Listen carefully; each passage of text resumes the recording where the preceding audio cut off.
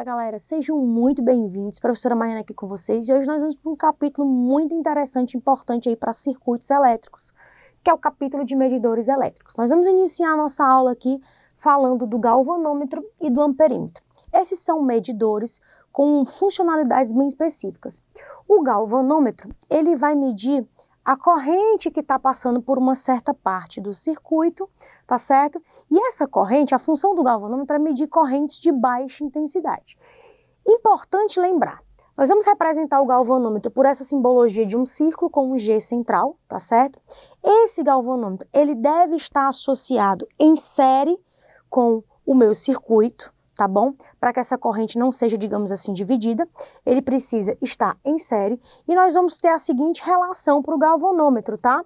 Que nada mais é do que a primeira lei de Ohm que você já conhece, onde eu posso dizer que IG, que é a corrente de escala de fundo do meu galvanômetro, é dada pela tensão que o meu galvanômetro foi submetido, dividido pela resistência interna aí, digamos assim, a resistência do próprio galvanômetro, tá bom? Então, importante, vocês não podem esquecer, o galvanômetro tem que estar associado em série ao circuito, tranquilo? Em contrapartida, nós temos aqui o amperímetro, que basicamente vai fazer a mesma função, só que ele tem um detalhezinho a mais. O amperímetro, galera, ele também vai medir corrente de baixa intensidade, só que ele conta com a ajuda de uma resistência extra, digamos assim, também chamada de resistência de shunt, tá certo? Essa resistência, ela vai fazer o quê? Ela vai estar associada ao meu galvanômetro, se você perceber, ela está associada em paralelo, por quê? Isso vai garantir que a corrente total que foi fornecida no meu circuito, ao chegar nesse nó, ela precisa se dividir. Então, o que essa resistência de shunt vai fazer aqui? Ela vai evitar que toda a corrente passe pelo galvanômetro, tá bom? Ela vai querer que a corrente que passe pelo galvanômetro aí seja uma corrente que foi dividida nesse ponto aqui, por assim dizer. Não estou dizendo que foi dividida de forma igual, mas foi dividida, tá bom?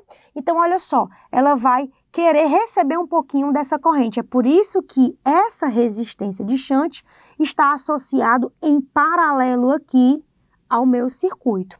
E a representação desse esquema, galvanômetro associado em paralelo com a resistência de shunt, nós vamos representar por essa simbologia, um círculo com um azinho de amperímetro, beleza? O que você precisa saber aqui? Olha só, essa corrente total, ela tem uma relação para nós determinarmos ela.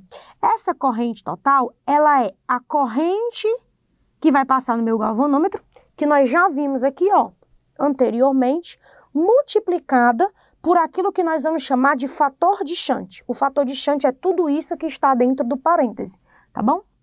Então, esse aqui é o fator de shunt, ou seja, a corrente total é a corrente aqui do meu galvanômetro, que vai passar pelo meu galvanômetro, vezes o fator de shunt. O fator de shunt é dado por 1 mais RG aqui, esse RG nós já vimos aqui no quadro anterior, representa a resistência do galvanômetro, dividido pelo RS, que eu chamei aqui. O RS é a resistência de shunt, tá certo? É importante vocês saberem dessas duas relações. Nós vamos continuar agora falando de voltímetro, beleza? Bem, galera, então agora nós vamos aí finalizar a nossa aula falando de voltímetro. E talvez você ache até esse nome estranho, mas com certeza você já deve ter um voltímetro ou ter tido um voltímetro em casa. Ele normalmente pode ser chamado de multímetro. O multímetro, ele é um aparelho, normalmente amarelinho, assim, quadradinho, que a gente tem os 3 em 1. Ele é amperímetro, voltímetro e ohmímetro, ou seja, ele mede a resistência. Então, olha só, o voltímetro lembra volts, né? Então, o voltímetro ele vai ser capaz de medir aí a DDP, a diferença de potencial entre 2 pontos de um circuito. E para isso é muito importante entender o seguinte, olha só, a representação do voltímetro, ela é dada por essa simbologia, um círculo com um V central que representa o quê? Nada mais do que um galvanômetro associado em série com uma resistência aqui que tem a função de ser uma resistência multiplicadora, por assim dizer, tá? Então, associado em série aqui. E aí a gente troca essa representação por essa daqui do voltímetro. O voltímetro sempre tem que estar associado em paralelo com o meu circuito. Ou seja, imagine o seguinte, se eu quero medir a diferença entre dois pontos, eu preciso que esse voltímetro ele esteja associado, olha só, em paralelo. Por quê? Porque na associação em paralelo, a gente lembra que as tensões são iguais. Então, a função dele não é interferir na tensão. A tensão tem que ser a tensão que o circuito fornece. Ele só está lá para observar e medir. Então, na associação em paralelo, eu garanto que essa tensão aí não vai ser alterada, que ela permaneça a mesma para todos os pontos, tá bom?